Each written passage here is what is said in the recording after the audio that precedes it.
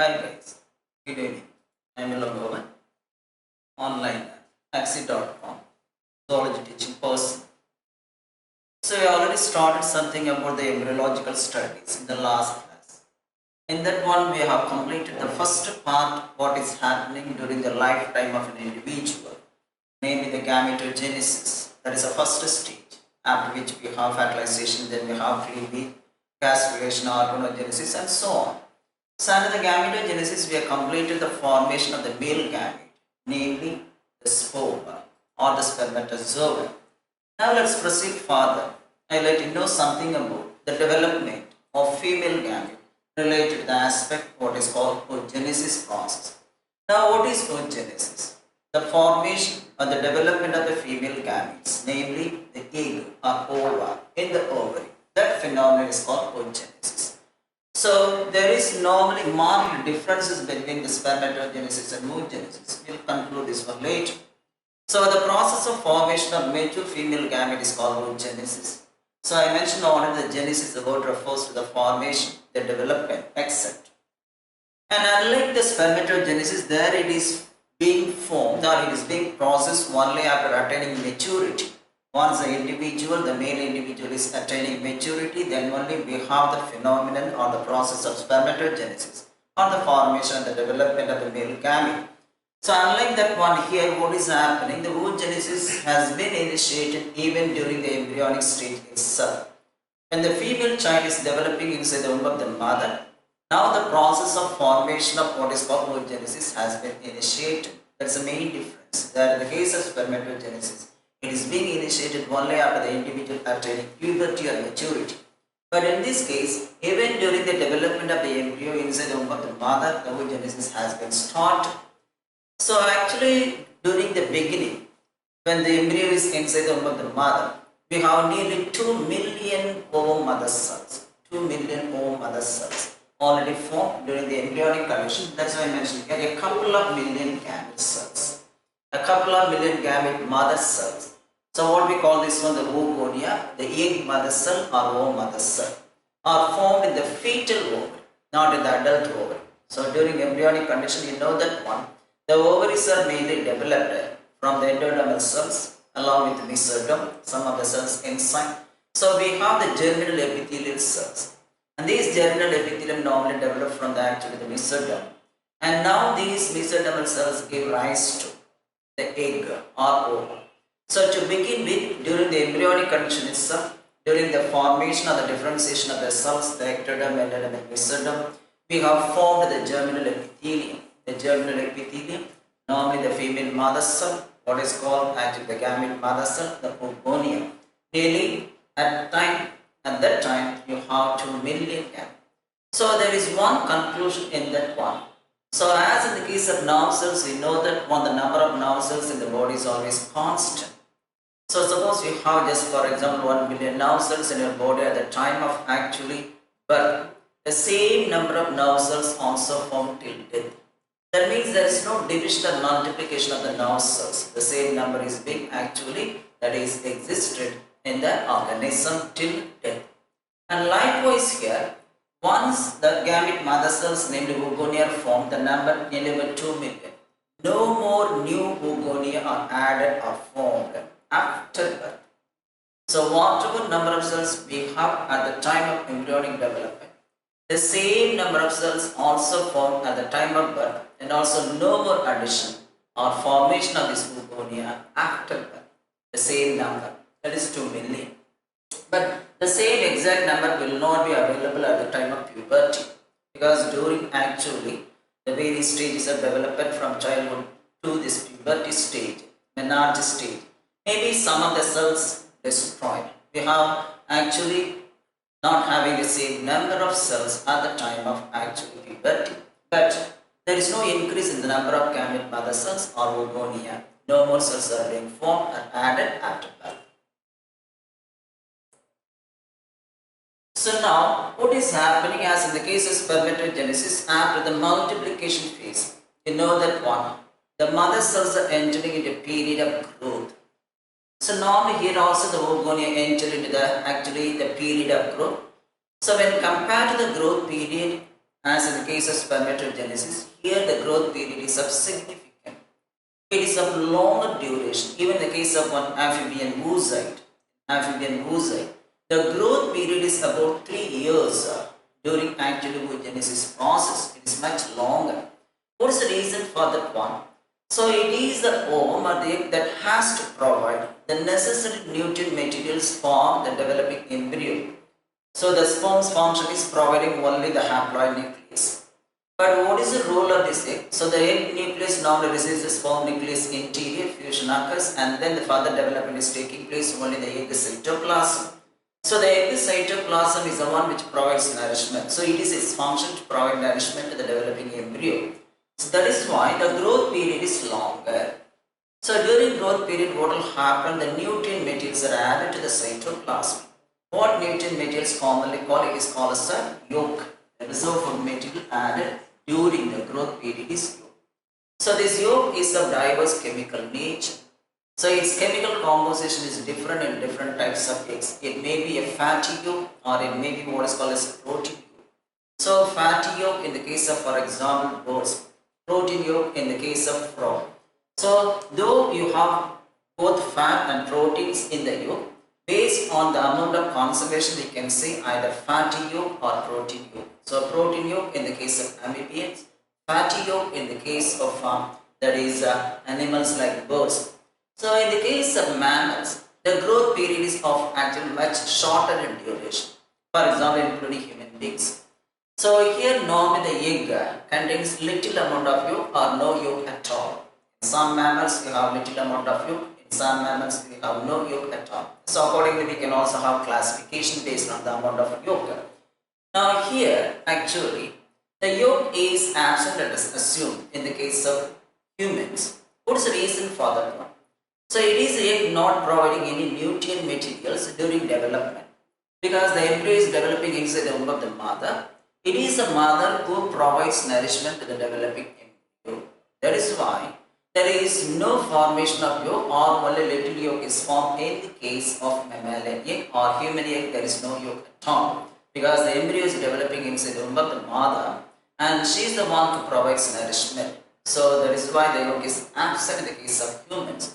So anyway, normally the growth period is more significant in oogenesis than in spermatogenesis.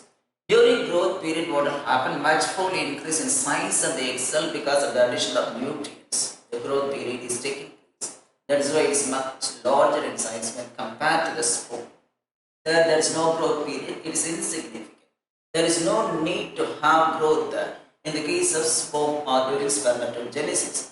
The reason for that one, their function is to provide nucleus at the time of just actually fertilization process. Now, coming back to this one. So, after attaining growth period, so now the egg is somewhat larger. So, it enters into the first period of meiotic division, but there is no meiotic division before attaining puberty. Now, the growth period is completed, egg is somewhat larger, and that is called the primary oocyte. Normally, the primary oocyte is 2 in number. It is being formed from the primordial germinal cells. Is being formed from the primordial germinal cells. The primordial germinal cells undergo multiplication to form a number of cells that is happening during the embryonic conditions. That is in the case of that is female and resulting in the formation of a number of oogonia, and they increase in size because of the growth and entering into the first meiotic division. But actually that meiotic division is not taking place immediately. It happens to occur only after attaining what is called the puberty. But the egg is now called the primary oocyte, having diploid number of chromosomes. As in the case of primary spermatocyte, here also the chromosome number is diploid. So that's why here it is given. It enters into the first meiotic division because we know that one meiotic division comprises of 2 stages, first meiotic division and the second meiotic division. And here now the stage is temporarily arrested. There is, though it enters into the meiotic division, there is no meiotic division at all. It remains as such in the stage what is called primary oocyte, that is normally up to the puberty. So during birth, during childhood, after puberty, we have the primary oocytes in the ovary. So actually this is the nature of that is what is called the egg development. So the primary oocyte is normally developing inside a follicle. See, the unit of ovary is called follicle. As in the case of testis, there it is called seminiferous tubules. Here we have just actually the unit called just the follicle. So inside the follicle only the egg is developing. Inside the follicle only the egg is developing. The follicle is actually lined with the germinal epithelial cells and also follicle cells. Now this is actually the egg developing egg, the primary oocyte. It is still there, just temporarily in stagnant condition in just the ovary. Now each primary oocyte is surrounded by a layer of follicle cells. A layer of follicle cells. Actually the cells are in the stage of division. That is why it's called granulosous cells. Granulosous cells. A layer, only one layer of granulosous cells. Granulosous cells, the dividing cells.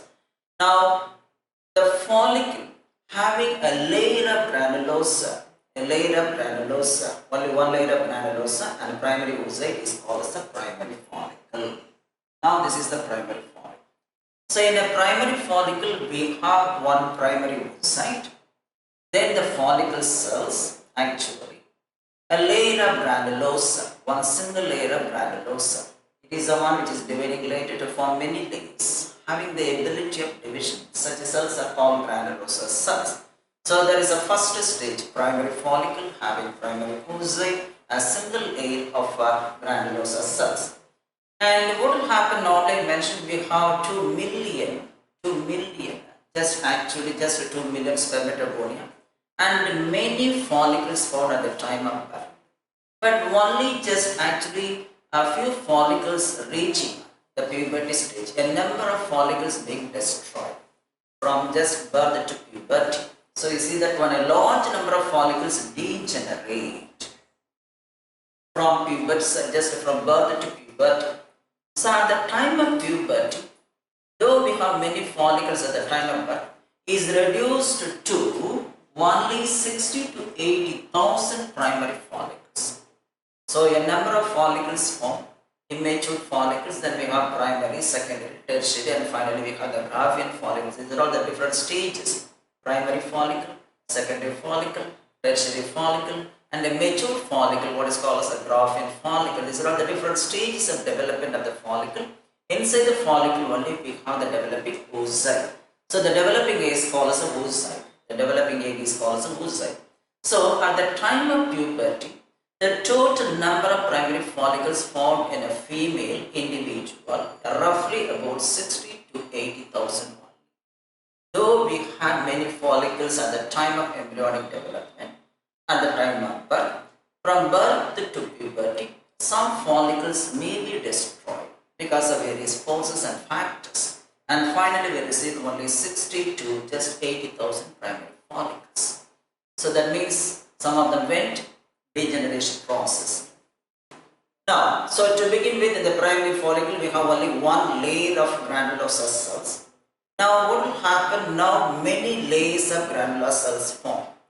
As a result, the primary follicle just actually gets converted into a secondary follicle.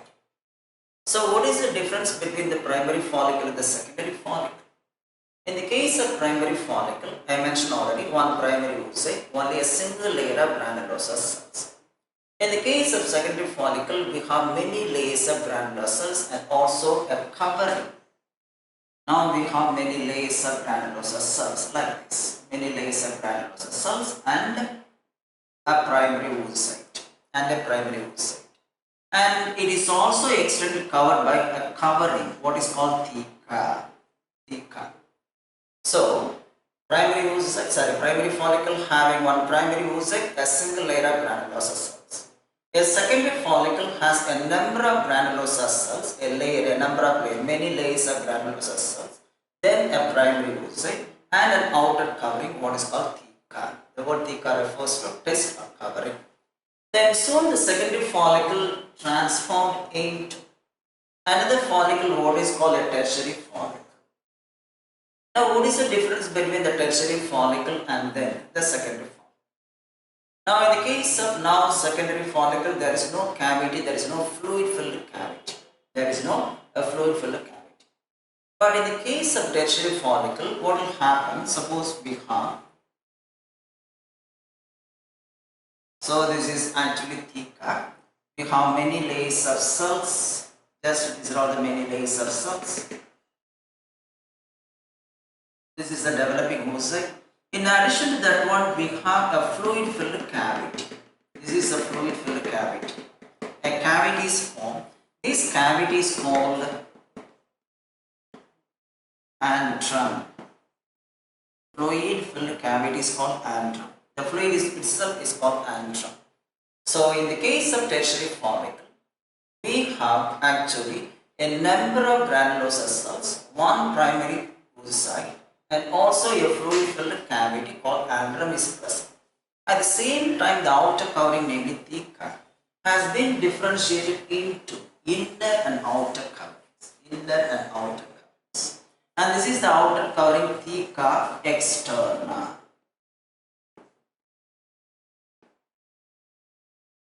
Then inner covering just theca interna. Theca interna. So primary follicle having one layer of granulosal cells, one primary oocyte. Secondary follicle has actually many layers of what is called actually the granulosal cells, and their covering simply called as theca. Now in the case of tertiary follicle, we have a fluid filled cavity, a primary oocyte, a number of granulosal layers. Along with the theca gets differentiated with theca externa and theca interna. Soon this tertiary follicle gets converted into a matured Graafian follicle. A matured Graafian follicle. That means it's a matured follicle ready for the release of the egg from its cavity. And now the primary follicle I mentioned gets surrounded by more layers of granular cells, and we have formed the secondary follicle. The secondary follicle soon transforms into tertiary follicle, which contains a fluid filled cavity, what is called antrum.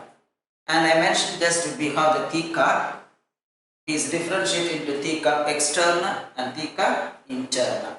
So theca externa and theca interna, that is in the case of tertiary follicle. And soon this tertiary follicle gets matured to form what we call is one the Graafian follicle. So what is happening during the tertiary stage before attaining what is called the follicle, namely just the Graafian follicle?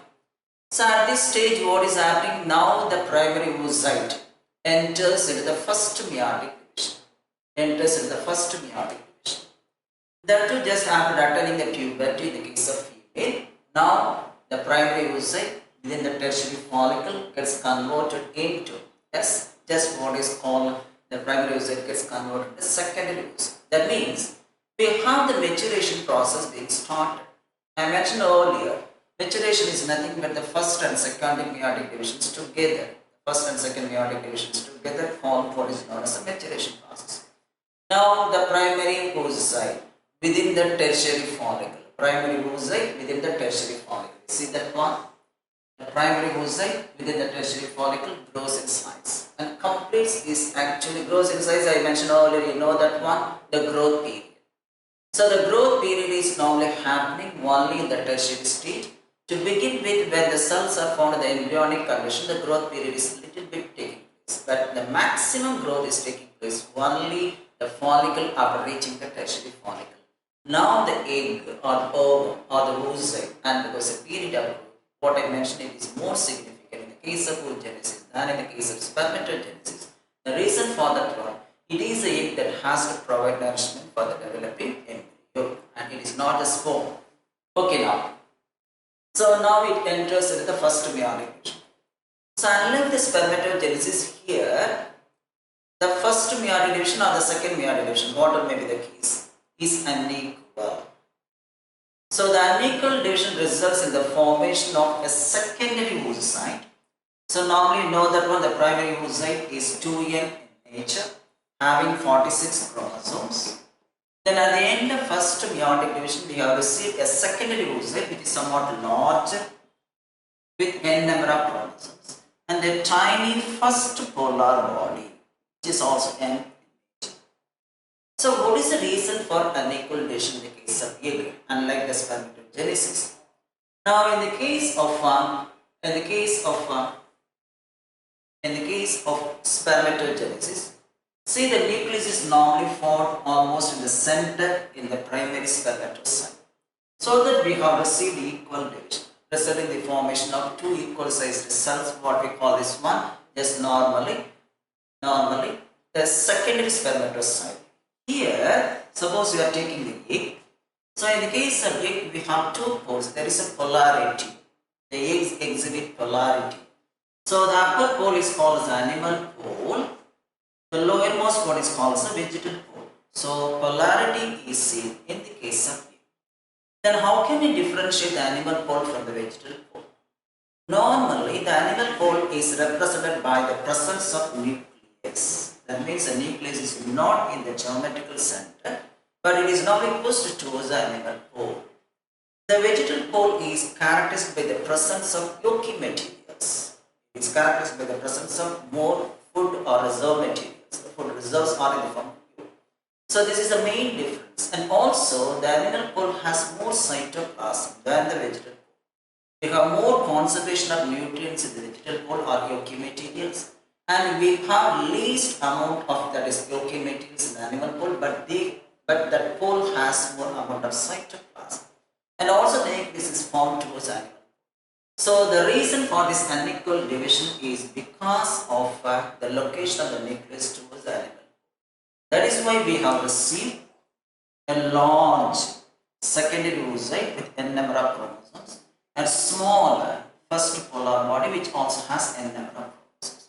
So the bulk of cytoplasm, a large amount of cytoplasm is retained by the secondary oocyte, and the amount of cytoplasm with maternal factors in the tiny polar body is absent.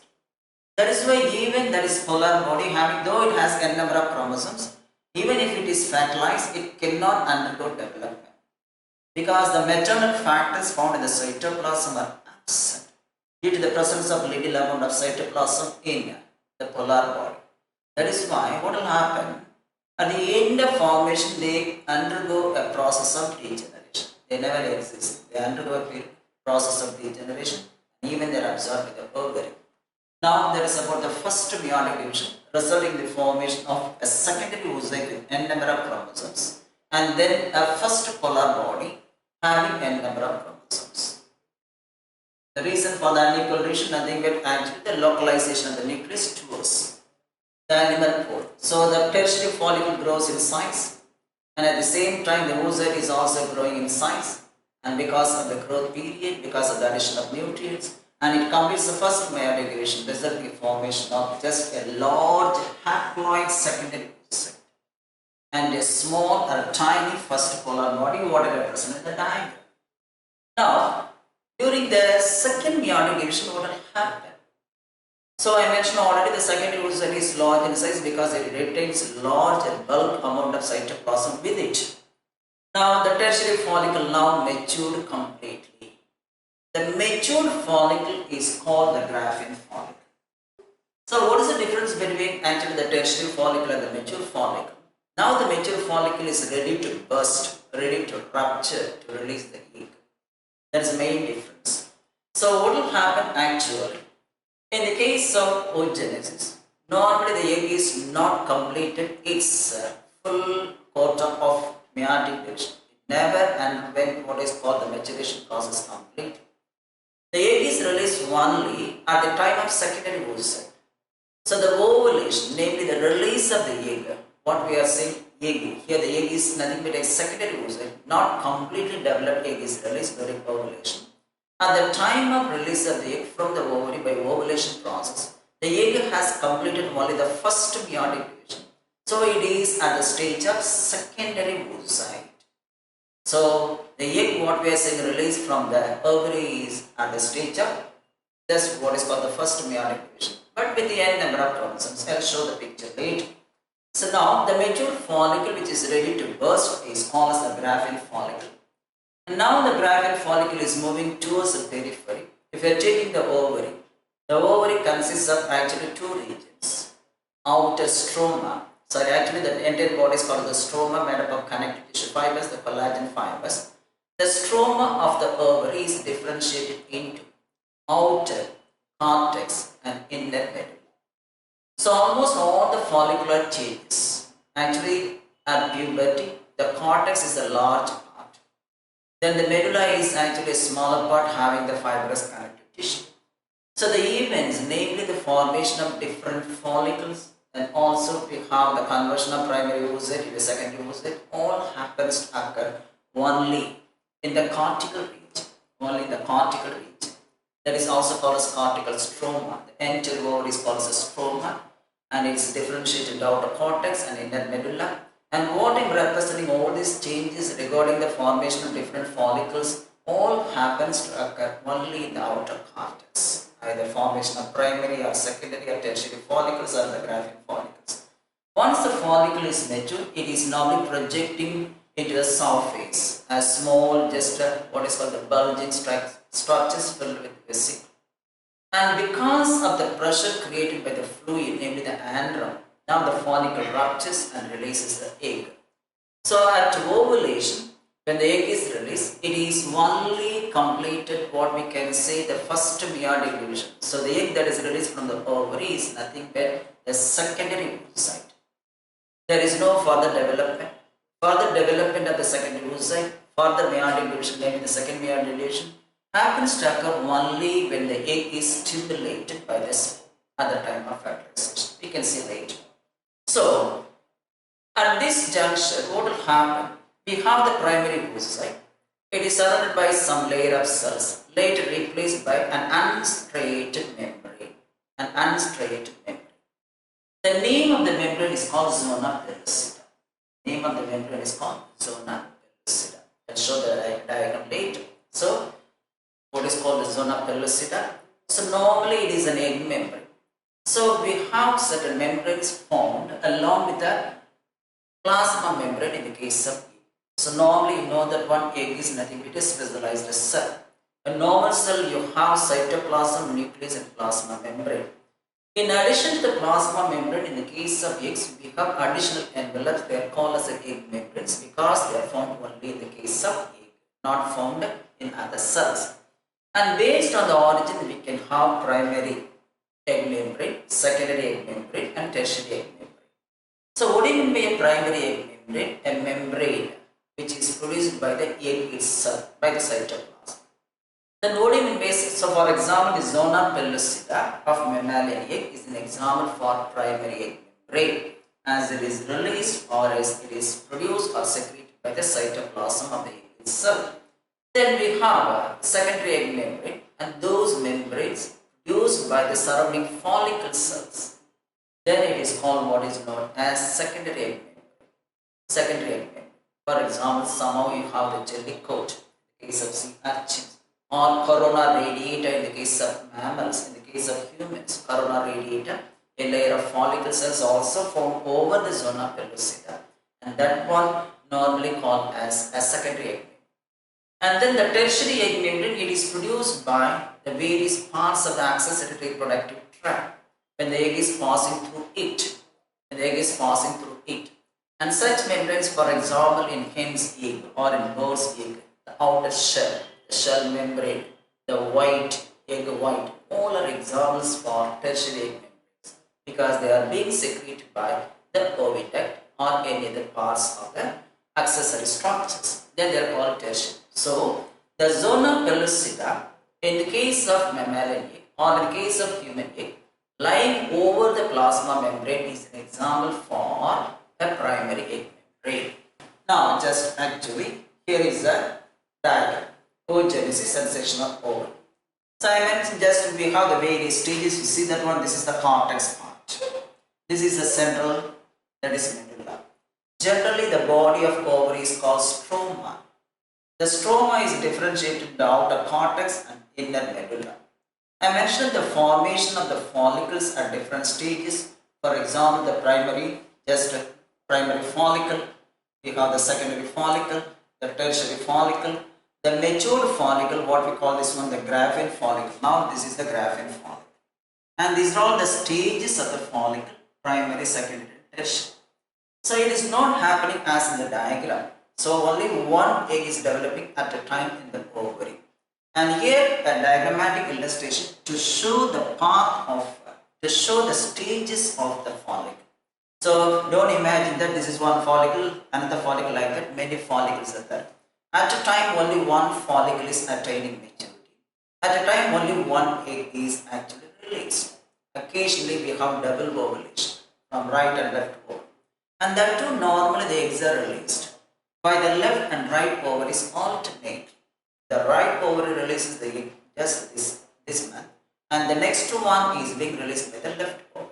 So don't imagine that we have many follicles, only one follicle is undergoing different stages of development and reaching the final stage mature form. And you have, this is the fluid filled cavity, and because of the presence of this fluid filled cavity, what will happen? The fluid exerts a pressure on the walls of namely the theca of the follicle, and also the stroma, namely the body, because actually it is also covered with stroma. And because of the fluid pressure, what will happen? The rupture of the follicle. Now this is a ruptured follicle. I mentioned earlier, not completely developed egg is released. At the time of ovulation, the follicle the oocyte completed only the first meiotic division. So the egg that is released from the rupture of the follicle is nothing but we see that on the secondary oocyte, not just actually completely developed egg. It is partially completed its reduction division, but having a number of chromosomes. So at this stage, you have by the rupture of the follicle, the egg is released. Now, after rupture of the follicle, what is the fate of this ruptured follicle? Now, suppose the egg is fertilized by fertilization process and implantation occurs, the embryo is developing in the womb of the mother. Now what will happen to this ruptured follicle? It is being converted into a transitory, a temporary endocrine gland. The name of the endocrine gland is called corpus luteum. It is being formed only when the pregnancy occurs. It is being continued to exist. Suppose if there is no fertilization, what will happen at the end of the menstrual cycle and before even the menstruation process? The corpus luteum ceases or stops its function. It is converted into a scarred non-functional tissue, and that is called corpus albicans. This structure is called corpus albicans, non-functional corpus luteum. It is called corpus albicans. Okay, so this is about the various stages. Now let's come to this process. Now I am taking in the oogonium, that diploid cell, having 4 chromosomes. I am taking 4 chromosomes for illustrations, but actually 46 chromosomes. And during prophase, you know that the chromosomes undergo duplication. Now this is the primary oocyte. After attaining growth, somewhat larger. Now each chromosome is duplicated, but there is no reduction in the number of chromosomes. This is the duplicated chromosome. Now during the first meiotic division, what will happen? Out of the 4 chromosomes, 2 chromosomes enter into one secondary oocyte. The remaining 2 chromosomes enter into a tiny polar body. So out of 4, 2 here and then 2 here, but we have actually the duplicated chromosomes, not a single sister chromatids. We have 2 sister chromatids. So we have 23 chromosomes with double chromatids. Here also 23 chromosomes with double chromatids. So I am taking 4, 2, 2. Now what will happen during the second meiotic division? It is also unequal, but it is nothing but a modified form of mitosis. There is no reduction. Already we have only 2 chromosomes. Now it is happening, each duplicated chromosome divides. Now only the sister chromatids are transferred. You see that one, but there is no change. So unless the chromosome is actually divided at the centromere, it is considered as only 1. Though we have 4 arms here.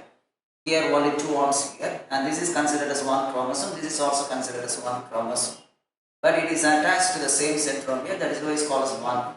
So during the second meiotic division, it is also unequal division. The division is unequal, resulting in the formation of a large, what is called otite. Now this is called otite.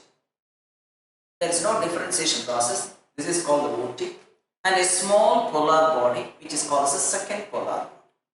Now this otite then transformed into egg or ovum. Now this first polar body what we have may also divide, but the division of this polar body is equal, but the division of the secondary oocyte is actually unequal. The secondary oocyte divides unequally to form a large oocyte and a small second polar body. The first polar body may also divide, resulting in the formation of two equal polar bodies. Two equal polar bodies. Now coming back to this one, the oocyte later transformed into ovum. There is no differentiation process. In the case of spermatogenesis, you know that one, the spermatid which undergoes differentiation, then only it is being converted into a motile spore. The spermatid, the spherical shaped one, gets converted into a motile spore. I mentioned the gravid follicle ruptures to release the secondary oocyte from the ovary. And the name of the process is called ovulation. The ovulation is brought about by the hormone, LH hormone from the anterior pituitary. Studying later the menstrual cycle, the role of the luteinizing hormone. Right. So, when it will occur actually the second meiotic division, the entry of the sperm, that one is stimulated. The entry of the sperm during fertilization, that is the stimulation that makes the secondary oocyte to undergo the second meiotic division. It is also unequal, resulting in the formation of large, what is called actually the oocyte, and a small polar body, and both are happy. I mentioned already at the same time the first polar body may also divide, producing two more polar bodies. So, from a single primary oocyte, only one functional ovum, and three polar bodies are formed. Only one functional ovum and three polar bodies are formed. But in the case of spermatogenesis, from a single primary spermatocyte, we have received four functional sperm. That's the main difference. So the remaining actually three polar bodies will degenerate. Only one functional ovum is actually produced. Now here is the representation. So the primary oocyte normally contains 46 single chromosomes. Now this is the meaning, what I represented earlier. So I am taking two chromosomes only. These are all called the single chromosomes. And now just during the prophase, what is happening? The single chromosome undergoes duplication. So that is why here it represented sister chromatids. Now this is the nature. This is a duplicated chromosome with the sister chromatids. But totally we have two chromosomes only as here. These are all called single chromosomes. These are all called the duplicated chromosomes with the sister chromatids. But there is no change in the number. In both the cases here 46, here also we have 46. But with the sister chromatids. Now at the end of first meiotic division, so what will happen? Just we have two cells of form. And now this is the first meiotic division. This is the first meiotic division. And now this is the second meiotic division. This is the first meiotic division, just resulting in a larger, actually just what is called, this is the primary oocyte. This is also primary oocyte, this is also primary oocyte, but duplicated chromosome. So this is primary, this is primary. Here the chromosome is duplicated, this is two chromosomes. Now just I put a borderline. This is the first meiotic division, and this one is the second meiotic. So at the end of first meiotic division, what will happen? We receive one larger. This is a secondary oocyte, and just this is the first polar body. First polar. Now here I represented. See the 23 chromosomes actually. So what will happen here? So this is a chromosome. And this is with reference to this cell, and this is with reference. So out of the two chromosomes we have received only one, but the chromosome still in duplicated condition. That's why I put 23 sister chromatids. That is 2, here 2, here 1 with the duplicated chromosome, 1 with the duplicated chromosome. Then what will happen? So in the case of actually second meiotic division, so during the first meiotic division we have received actually one large secondary oocyte and the first polar body having actually only one. Now what is happening during the second meiotic division? So you see that one, so this is first meiotic division is over. After this I am taking this first meiotic division, though we represented here simply. So I am taking in this manner. So first meiotic division we have received 2. So one larger secondary oocyte, one polar body. And here it is represented as a ovum, it is not ovum. And actually what is happening, just This is a single one, a ovum. The remaining three, these three are called as polar bodies. These three are called as polar bodies, and here is the ovum. Now, in the case of secondary oocyte, we have 23 cystochromatids like this. Then, in the case of polar body as well as in the case of egg, now this is arranged. That's why the word is given single. See that? So, in all cases, we have only half the number of chromosomes. We are beginning with 2 chromosomes. We are beginning with the 2 chromosomes. And here we have the duplicate chromosomes. Here 1 and here 1, just to be calm. Please bother about what is happening. So, at the end, we have received just 1 ovum with single chromosome, and the remaining 3 polar bodies also they have single chromosomes. Here the number is single but duplicated. That's why we are using the word sister. Here the number is 2 represented but cystochromatids. That means the chromosomes are duplicated. See that. So anyway, at the end of meiotic division, what we have received nothing but both the divisions completed. 1 egg, that is 1 ooty or 1 egg, the 23 chromosomes. The remaining 3 are polar bodies. They may also have 23 chromosomes, but with only little amount of cytoplasm. That is why they cannot grow further. They are being degenerated. Now here is actually another illustration showing that one. So in the embryonic life, you see that one multiplication of the cells. Then they are reaching a stage, what is called as the primary oocyte. Now this is the primary oocyte. And these are all what are called the oogonia. These are all the oogonia. These are all oogonia. Now up to the stage of attaining puberty, the cells oogonia undergo growth and retaining actually as primary oocyte. So birth, childhood and puberty, we have actually primary oocyte. Once attaining puberty only, now it enters into a period of first meiotic division, resulting in the formation of just one small polar body and a large secondary oocyte. So at the time of ovulation, now the first meiotic division is completed before the release of the egg in the ovum. So it occurs, the first meiotic division occurs in the ovary.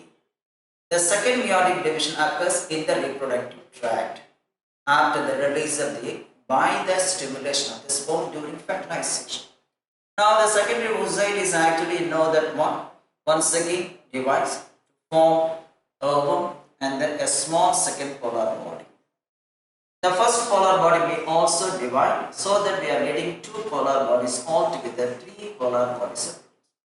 So you have the formation of secondary oocyte by meiotic division only during the puberty or only during the sexual period or the adult reproductive life of an individual.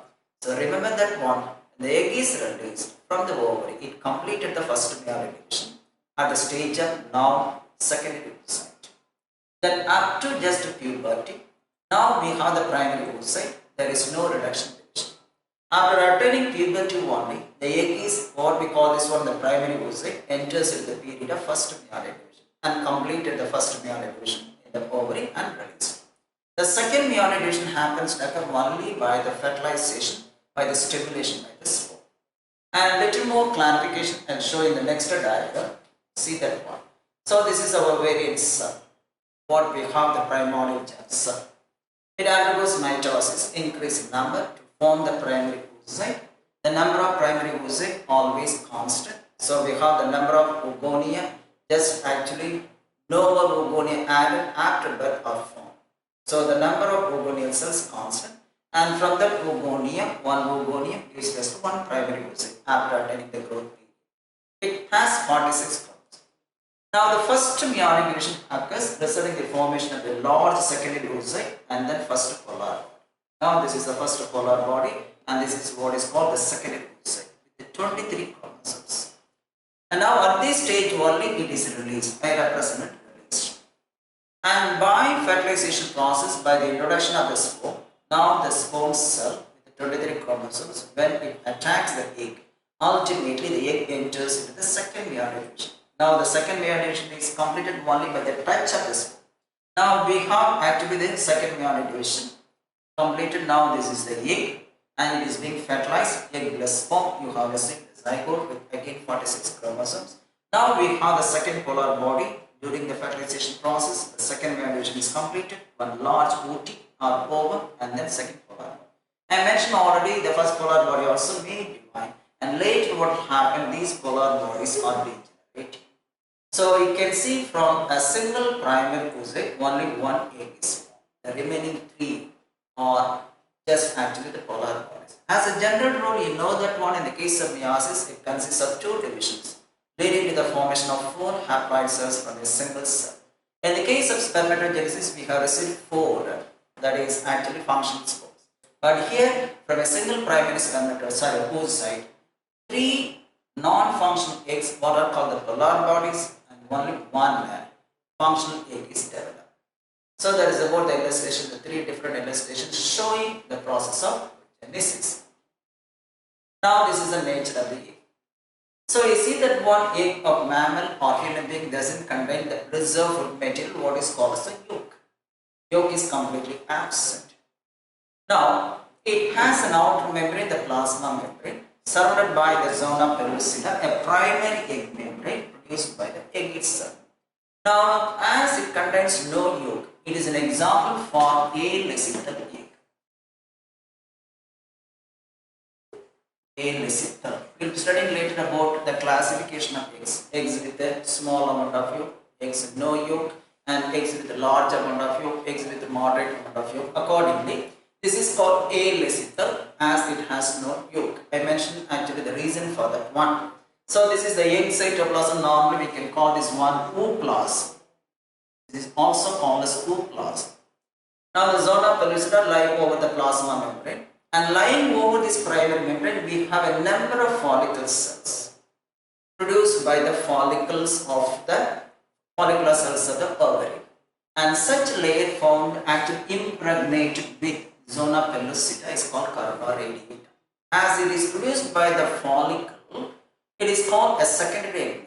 So in mammalian egg or human egg, zona pellucida is called as a primary egg membrane and corona radiata is called as a secondary egg membrane, as it is produced by the follicle. The surrounding follicle cells lying over zona pellucida to represent what we call this one actually just the secondary egg membrane. Now, so with this just I would like to show another diagram, and also I want to make the differences. See that one, this is the sectional view of ovary. Say that ovary, just as mentioned, you have the whole body is called as known as stroma. The stroma is differentiated into outer cortex. This is the outer cortex region. Normally the ovary is found attached to the dorsal body wall by means of a connective tissue, what we call is one mesothelium. That is nothing but a connective tissue just joining the ovary towards the body wall, dorsal body wall. Now we have the growing follicles. This is the cortex area. Now you see that one we are starting with actually the growing ovarian follicles. Now these are all the ovarian follicles. Now what will happen? You have, this is somewhat a tertiary follicle.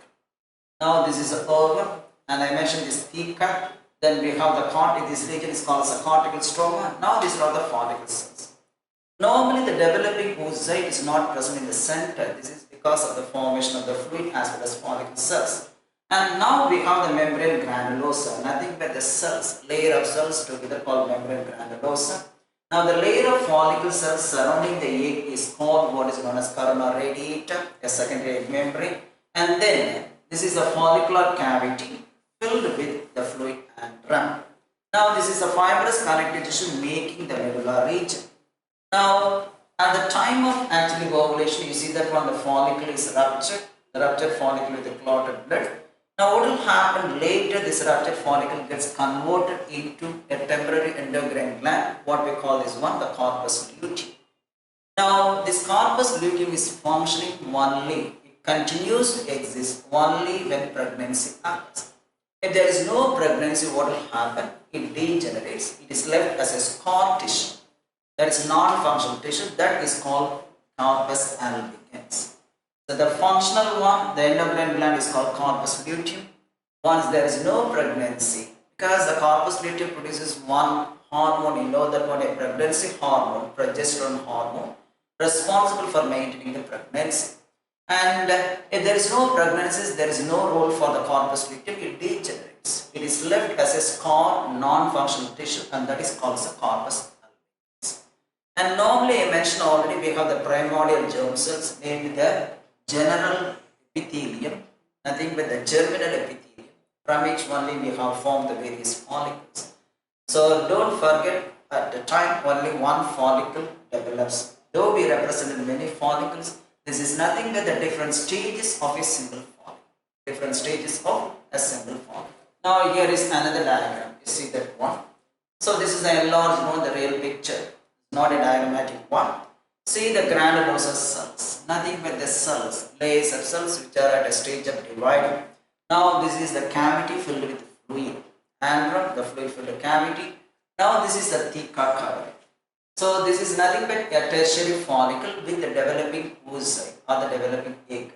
Now the entire one is called as a follicle, and this is a fluid filled cavity.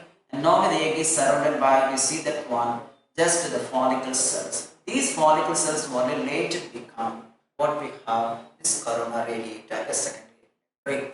Okay. So this is something about actually structural aspects. We will see once again under the female reproductive system. Now let us take the differences. So we have studied so far actually the spermatogenesis and oogenesis. And under the spermatogenesis, and I would like to say one structure. There is one question came in just the question paper. That is what is called Nenben. What is called Nenben can. What is called Nenben can. This is one question actually came in the question paper. This is nearly 2 years back. Nenben can. So it is a structure associated with what is called the sperm, not in the case of human beings. So it is actually a mitochondrial formation. It is a mitochondrial formation where in the sperm, actually in the sperm of some insects like Drosophila. So it is nothing but Nenben can is nothing but a mitochondrial formation. Just actually in the sperm of certain insects, example Drosophila. So what will happen during the spermatogenesis? Once the spermatid is formed, suppose actually this is a spermatid having the nucleus. We have the mitochondria formed here and there. So these mitochondria actually around each other, and then what will happen? They aggregate together to form a mass, a spherical mass, just to close to the nucleus like this. This is what is happening. The mitochondrial just actually structures, the individual structures, just they have committed together and form a mass close to the nucleus, and that phenomenon is called Nenben can. It is a mitochondrial formation. When during spermatogenesis, where in the sperm of some insect, like Drosophila, this is the question came in the JPA question paper, say you remember that one, Nenben can. Then just we will go to the differences. So we have studied both spermatogenesis and oogenesis. Now what is the main difference between spermatogenesis? I mentioned some of the points. The first point I already discussed. So normally we have the formation of sperms only at the age of puberty. After attaining maturity, only the male is ready to produce sperms. But once started, it continues to produce a sperm till death. So earlier, not earlier beginning, late beginning, and also continued just up to certain age. It is continued to be produced by the male even after the age of 60.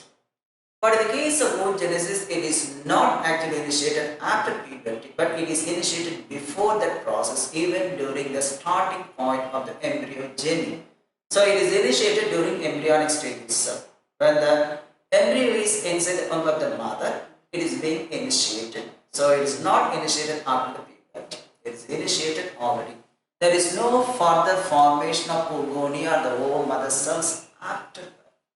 Whatever number of cells we have during actually pregnancy, during embryonic development, the same number is maintained after that. There is no increase. Now, the second one, the meiotic divisions are equal. The first meiotic division of primary oocyte results in the formation of two equal secondary oocytes. and each secondary oocyte actually divides equally to form 2 spermatids, altogether 4 spermatids. So meiotic divisions are equal. But here the meiotic divisions are unequal. They see that one, the primary oocyte divides into 2 unequal cells, one large oocyte with a large amount of cytoplasm and a small tiny polar body, first polar body. The second meiotic division, you see that one, the secondary oocyte divides unequally to form a oocyte and a small, once again a polar body, the second polar. So anyway, we have received actually 4 cells. Out of the 4 cells, only one is larger, the remaining 3 are smaller, so the divisions are unequal. Now, the third one. So, actually, in the case of spermatogenesis, we have different stages. Multiplication stage, I mentioned the growth period is less significant, and we have the maturation process, nothing but the meiotic divisions. Then the maturation of the meiotic division is completed before differentiation. That means after meiotic division, we have received a spherical shaped cell. It undergoes modifications, transformation. That process called spermatogenesis, and now that process also called differentiation. The conversion of non-functional spermatid into functional sperm is called differentiation. But here what is happening? Second meiotic division is completed only after the touch of the spore. So at the time of egg release, it completed only the first meiotic division. So the second meiotic division is completed only by the touch of the sperm during fertilization, but it is being completed before that phenomenon, that is differentiation. Even before fertilization, the sperm is ready for fertilization and completed the differentiation process. Then, so how many cells are produced from a single primary spermatocyte? I mentioned there are 4 functional sperms are produced from a single primary spermatocyte, and all are functional. But in the case of oogenesis, only one functional ovum is produced. The remaining 3 are called polar bodies from a single primary oocyte. The polar bodies so disintegrate.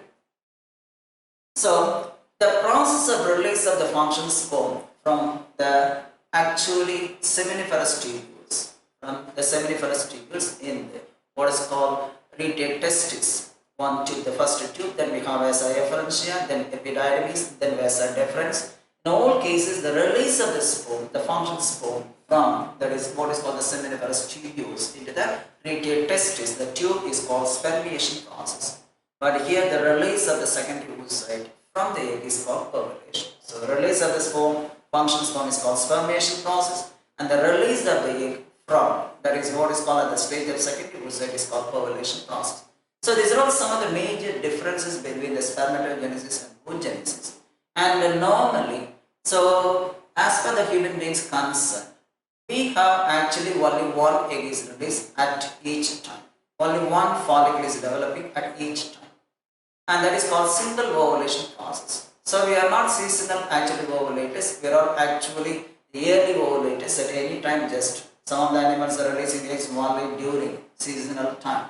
But we are all perennials, perennial ovulators releasing the egg just all the periods throughout the year.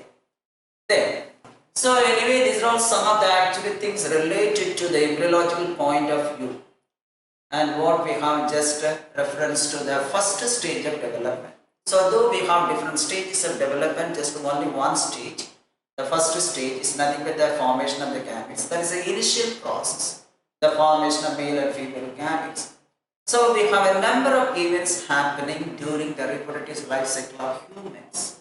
So I mentioned already, we are not seasonal ovulators, we are all perennial ovulators. We are ready to ovulate at any time. Actually the human beings, the females are releasing egg at any time.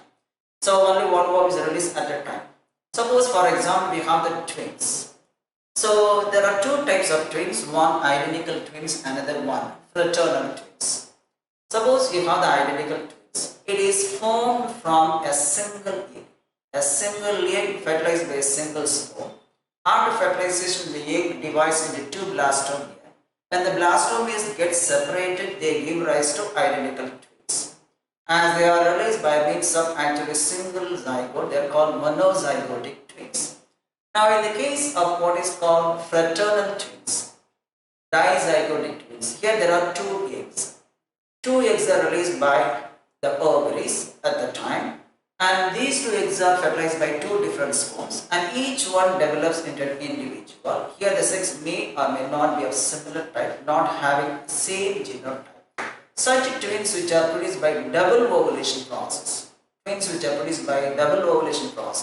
are called what are called the fraternal twins or dizygotic twins because they are developed from two different zygotes fertilized by two different sperm.